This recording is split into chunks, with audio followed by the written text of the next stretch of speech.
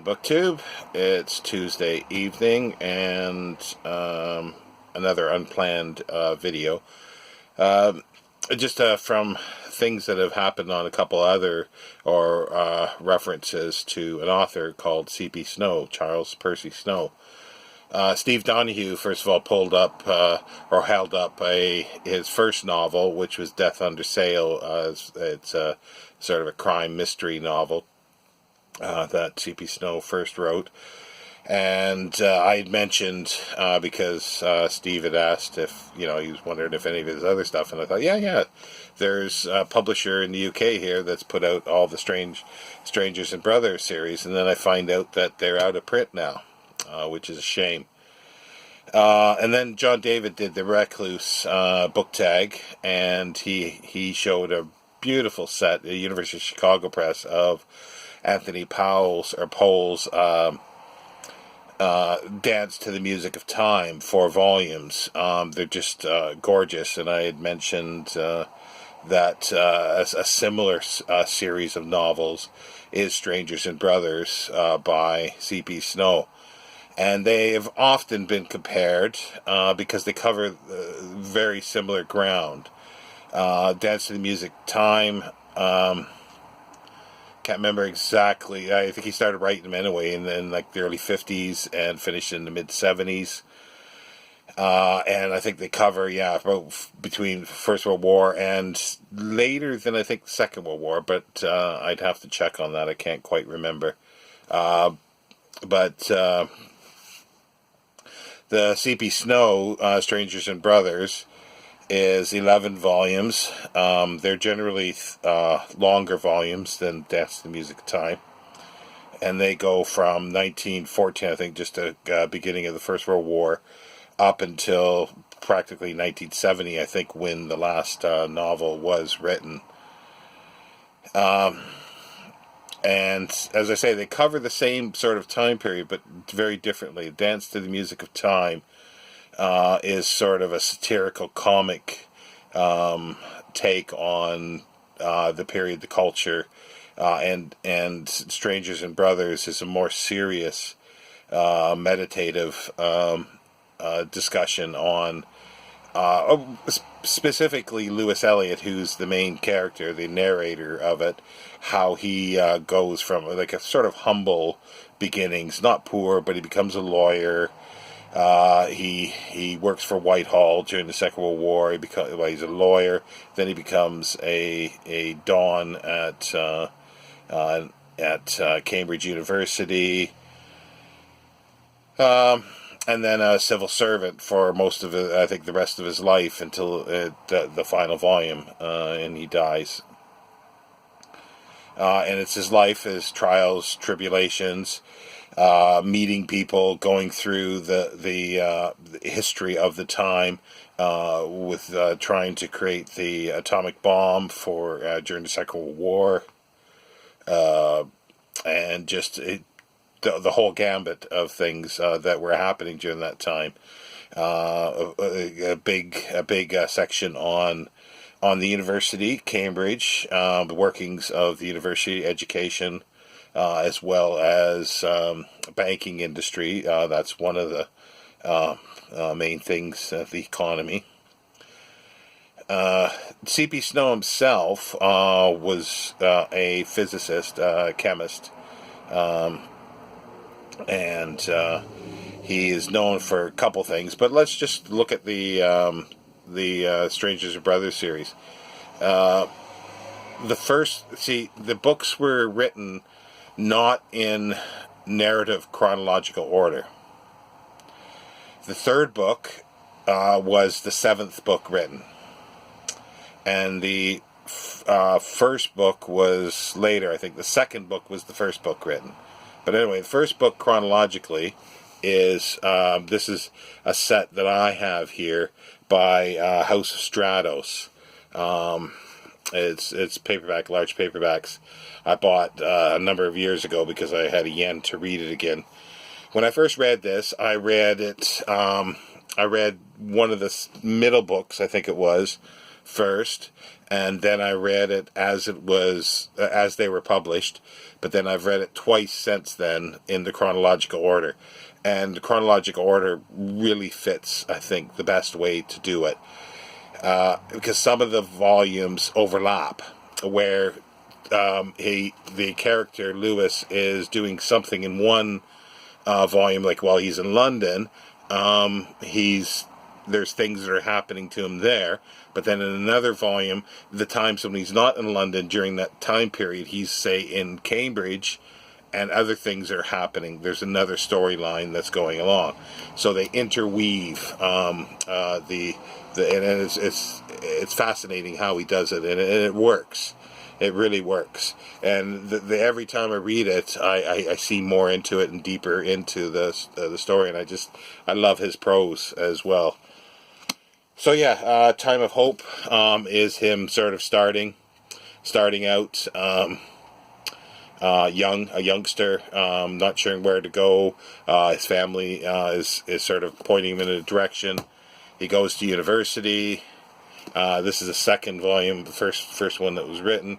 George Passant. It was originally called Strangers and Brothers, hence the whole series now is called that.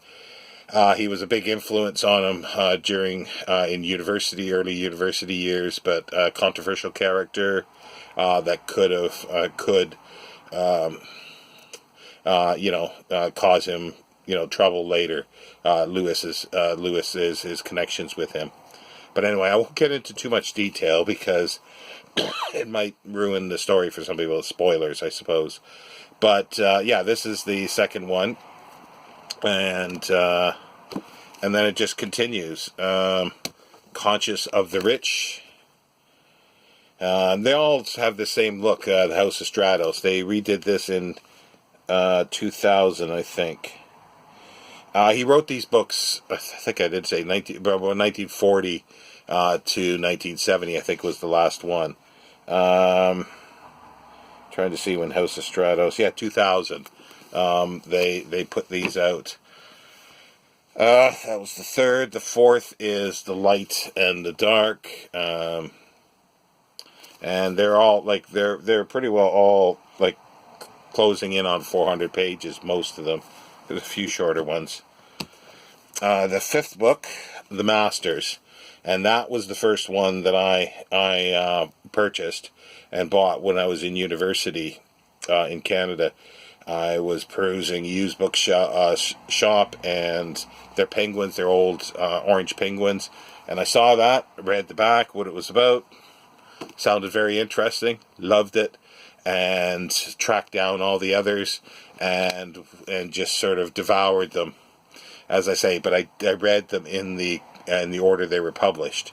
That was the first time that I had read it, and then I didn't read it again for must be almost 20 years until I came to the UK, and I had a yen to read it again, and found that House of Stratos put out this collection, and bought it.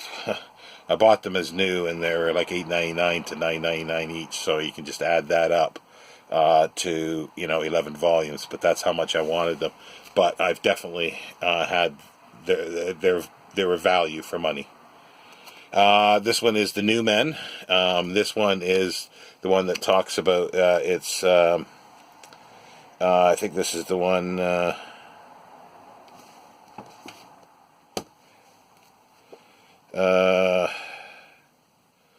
Yeah, this is the scientist working on an atomic bomb. This one here, this here volume, and C.P. Snow would have been well versed in that because he was there at the time.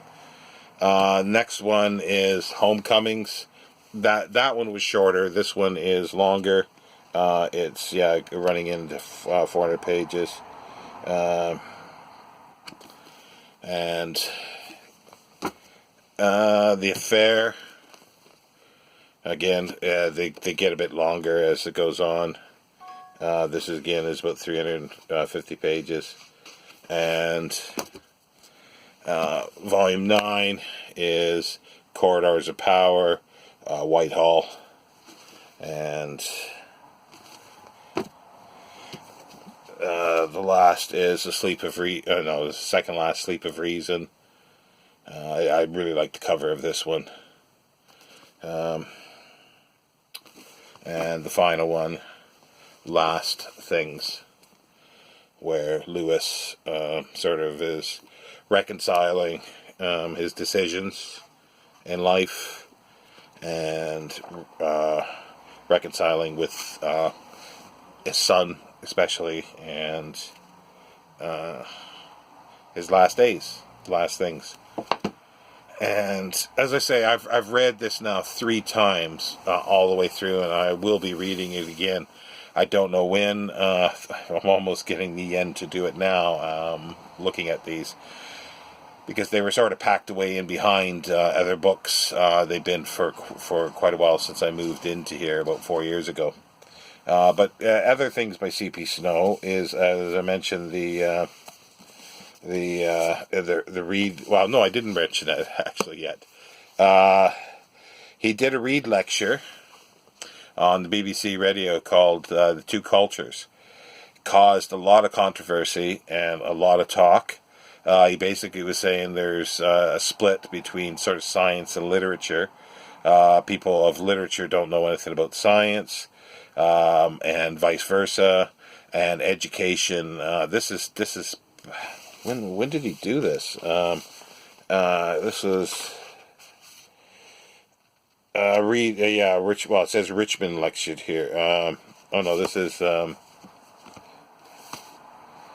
Two Cultures and Scientific Revolution, and some of these are rebuttals. I think it was done in the late 50s, 59, and he was torn apart, basically. Scholars were saying, no, that's not right. That's, there is no, deterioration of education. Like he also said, the education in the world was dropping and the quality of it. And this is in the 50s. So, I think he was right, but, there's been conferences every few years. I remember there was not a centenary, but a anniversary conference about 7 or 8 years ago. That was a big conference on this, and there's been there's rebuttals like F.R. Leavis wrote this here, The Two Cultures: Significance of C.P. Snow. It's a Richmond lecture, 1962. And it's an essay on his read lecture by Michael Yodkin. This was published in 1962 by Chattel Windus. Short little thing. And then this is sort of where I think he might have published. I think the read lecture might have been published separately, but this is C.P. Snow Public Affairs with a bunch of other essays in. Two Cultures, Scientific Record, a second look at it, Case of Leavis and the Serious Case, Science and Government, and so forth. He wrote a book about physicists as well, a little bio of many physicists that he thought were important. He also did a biography of Trollope. And he wrote a few other things, fiction-wise, but his magnum opus is Strangers and Brothers. And also Aldous Huxley weighed in on this as well. Literature and science. This is well sunned on the spine, sadly, but that was only a couple pounds, so it was nice to add to the collection. This is 1963, Chattel Windus. I have this in another, because I do have Aldous Huxley's complete essays, but it was nice to get that separate book. But yeah, no, it's C.P. Snow, The Strangers and Brothers, to me, is one of the best reading experiences I ever had. I remember getting, when I was in university and having like a reading week, I think it was in February, and I had like 4 or 5 of the volumes, and I just shut myself up, had enough food, unplugged the phone. This was way before internet, just read. day in, day out, until I got those done. And I just thoroughly loved it. The BBC, I think it's the BBC, have done a TV series of it, to, I think, a lesser degree of how good it is. I didn't, well, because I've read it so many times, and by the time I actually saw it, I had read The Strange Adventures of Brothers, I think twice, possibly the third time. So it left me a bit cold. The BBC radio program, I definitely heard that after reading it the third time. It's a bit better, I think, but still it's lacking. It's a very, very difficult story to do because, as I say, there's the interweaving of storylines between the books. And to do this justice, 10-hour parts wouldn't suffice. You need something like 20 parts, and I think it would lose a lot of audiences, but you would need at least 20 hours or more to do it justice, because it's because of the themes in there and developing the characters and just the storylines. But yeah, no, it's one of my favorite, and it's something that I will be rereading again and again. I envision that I'll reread this many more times. And I do want to get the Dance to the Music of Time to read again. I've only read that once. I didn't think that much of it myself. I know it's most people speak of that and not C.P. Snow for some reason. I don't know. C.P. Snow is The Strange Adventures of Brothers. To me, is just magical. It's fantastic. Anyway, I could just wax lyrically on and on about Strange Adventures of Brothers, but I'll end it there. And this will be a very niche video, so I don't expect too many people to watch this. But if you do, Steve, I'd love to hear what you think of the series, because I'm sure you've read it. And this will give an outline for to John there, because if he does decide to read that in conjunction with the Dance to the Music of Time, and anybody else has read it, I'd love to hear your opinions of it. Thank you. Have a good evening, BookTube.